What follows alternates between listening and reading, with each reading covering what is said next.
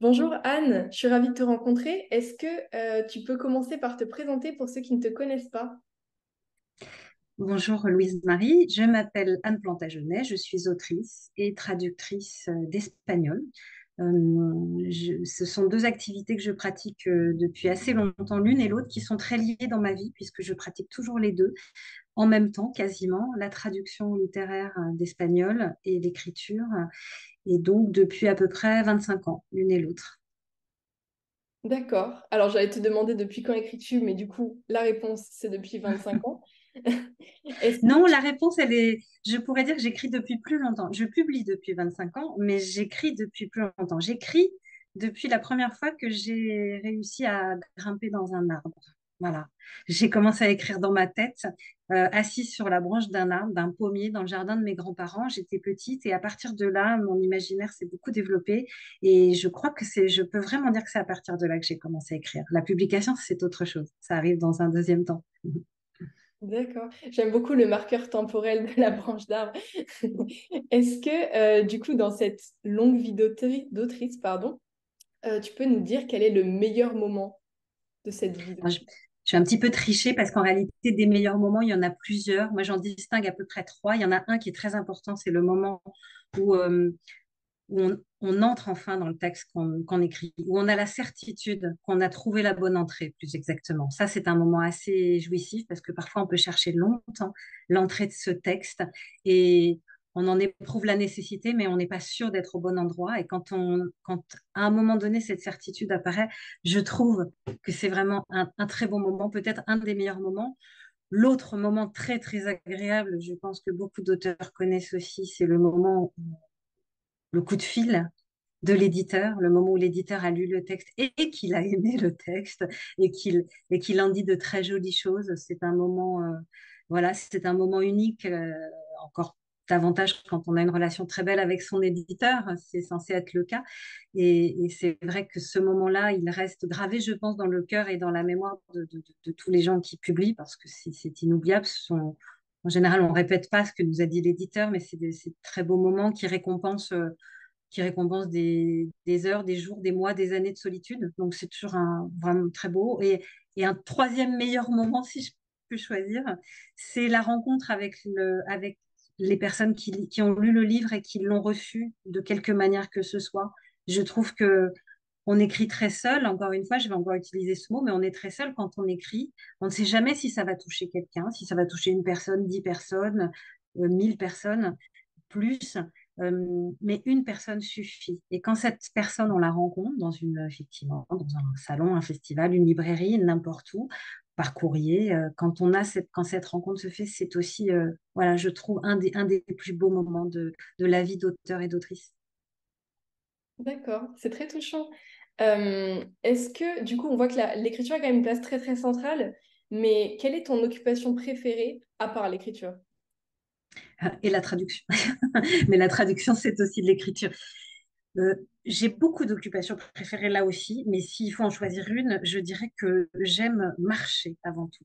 Et pour moi, la marche, le mouvement est au fond, euh, c'est à la fois c'est le contraire de l'écriture qui est une activité qu'on pratique le plus souvent, hein. Après, il y a peut-être des gens qui écrivent debout, comme il y a des gens qui jouent du piano debout, mais enfin c'est beaucoup plus difficile quand même.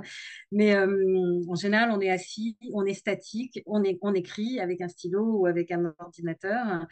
Et à l'inverse, pour moi, l'écriture, c'est quand même aussi du mouvement. Et c'est aussi pour ça, je pense que avant ou pendant ou après des heures à être assise immobile, j'ai toujours besoin d'aller marcher. Je marche depuis très longtemps. J'aime marcher. Je pense que l'enseignement devrait se faire par la marche. Je pense que l'écriture devrait se faire par la marche. Moi, j'aimerais, dans l'atelier dont nous allons parler, j'aimerais pouvoir emmener les participants marcher. Je crois que quand on marche, les idées se développent beaucoup mieux. Après, c'est ce qui fonctionne pour moi ne fonctionne peut-être pas forcément pour les autres, mais je suis là pour essayer de transmettre des choses, pour donner des indications. Et c'est vrai que marcher, pour moi, c'est quelque chose d'extrêmement important. Ce mouvement est vraiment indissociable du processus de création. Et donc, j'aime ça, à la fois ça me délasse, à la fois ça me stimule, ça m'enrichit, ça me nourrit. c'est très, très important de, voilà, c'est sans doute, si je devais choisir, après, j'aime aller au cinéma, j'aime la musique, j'aime jouer du piano, j'aime faire beaucoup de choses et même cuisiner, etc. Mais je crois que marcher, c'est peut-être, si je dois choisir une activité parmi toutes, ce serait celle-ci. Très bien. Du coup, je vais focaliser un peu plus sur ton atelier qui s'appelle Racine, héritage, écrire d'où on vient, parce que j'avais pas dit le titre au début. Pourquoi avoir choisi ce thème?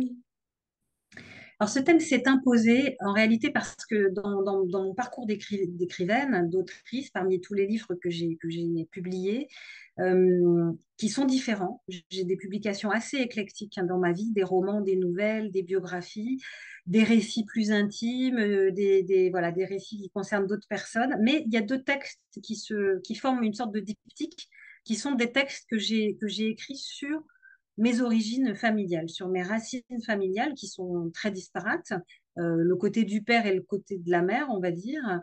Euh, et ces deux textes, j'ai eu beaucoup de belles rencontres autour de ces textes. Je me suis rendu compte à quel point ces deux textes qui me semblaient, au départ, quand je les ai écrits l'un et l'autre, très personnels, et ils le sont, puisque c'est mon histoire que je raconte, c'est pas l'histoire de quelqu'un d'autre. Mais ces textes ont trouvé des échos chez énormément d'autres personnes, ont touché beaucoup d'autres personnes, et je me suis rendu compte que quand on creuse, voilà, à un endroit qui est important pour soi, qui est à l'endroit voilà, de ses racines, quelles qu'elles soient, hein, on finit par rejoindre les racines d'autres personnes. Et cette expérience-là, j'ai envie de la faire partager à, aux participants qui viendront à cet atelier, puisque je sais que c'est un thème qui intéresse beaucoup de gens. Écrire sur soi, pas seulement sur soi, mais écrire sur d'où on vient. C'est-à-dire, d'où on vient, ça peut être effectivement d'un autre pays, comme ça peut être d'un autre milieu social, comme ça peut être d'un village, comme ça peut être, etc. C'est effectivement essayer d'écrire sur ce qui nous constitue, sur à la fois l'héritage qui peut être très visible et très bruyant, comme l'héritage invisible, l'héritage silencieux, l'héritage qu'on porte malgré soi sans le savoir. Donc, forte de, on va dire, de mon expérience, à travers ces deux récits intimes que j'ai publiés, l'un qui s'appelle Trois jours à Oran sur les origines donc pieds noirs algériennes, l'autre d'origine italienne, qui porte son nom et qui explique effectivement l'héritage italien maternel que je porte en moi, eh bien, en m'appuyant sur ces deux textes, j'aimerais effectivement aider les participants de l'atelier à trouver eux-mêmes leur chemin, le chemin qui les mènera vers leurs propres racines.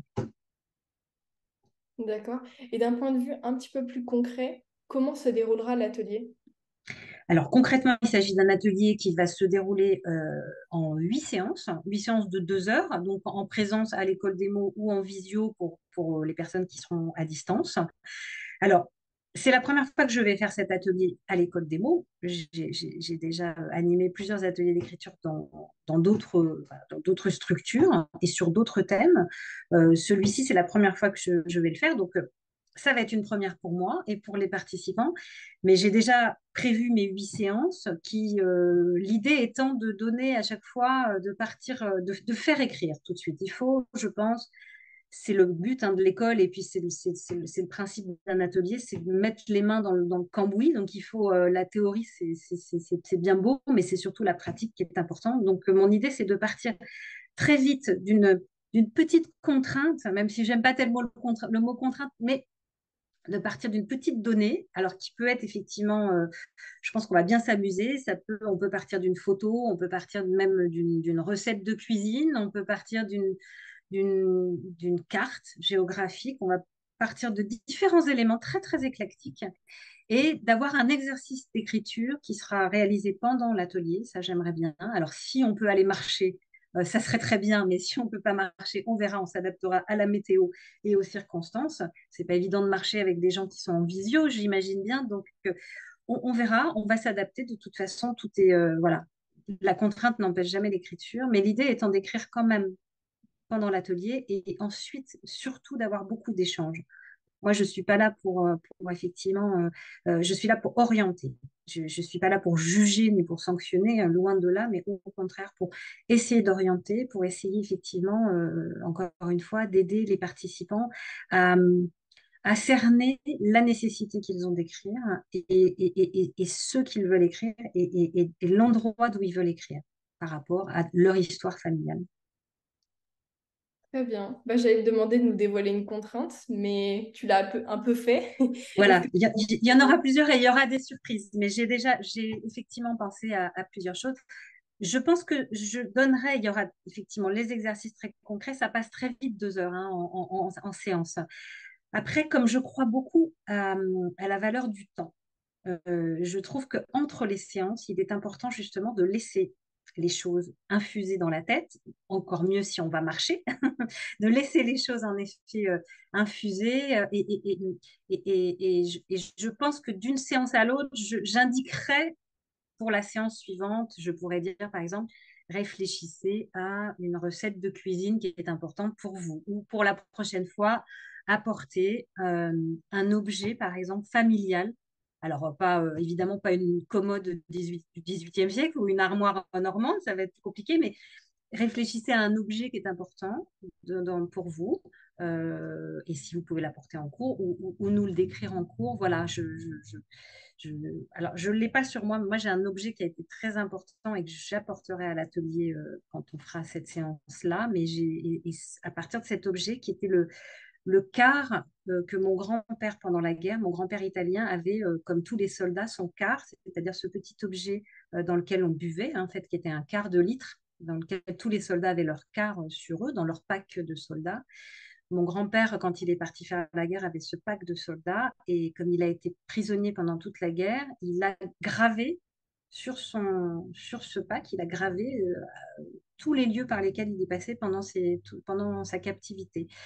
Eh bien, j'ai écrit mon livre d'origine italienne en partant de cet objet-là, qui est un objet assez émouvant, je trouve, et qui raconte l'histoire d'un homme, qui savait à peine écrire, mais qui, sur ce cas, a gravé, voilà, c'est tous les endroits de sa captivité. C'est un exemple parmi d'autres, et chacun aura, je pense, une belle histoire à raconter à partir d'un objet ou d'une photo ou d'autres choses. Très bien. Bah, merci beaucoup pour cet exemple très concret et très représentatif de l'atelier qui sera à la fois dans l'émotion, dans l'écriture et dans la marche, si on peut. Merci beaucoup d'avoir pris le temps de nous expliquer comment tu voulais travailler, comment ça allait fonctionner. Et à bientôt chez les mots. Merci, ben, merci à toi et merci beaucoup. Au À revoir. bientôt, à bientôt.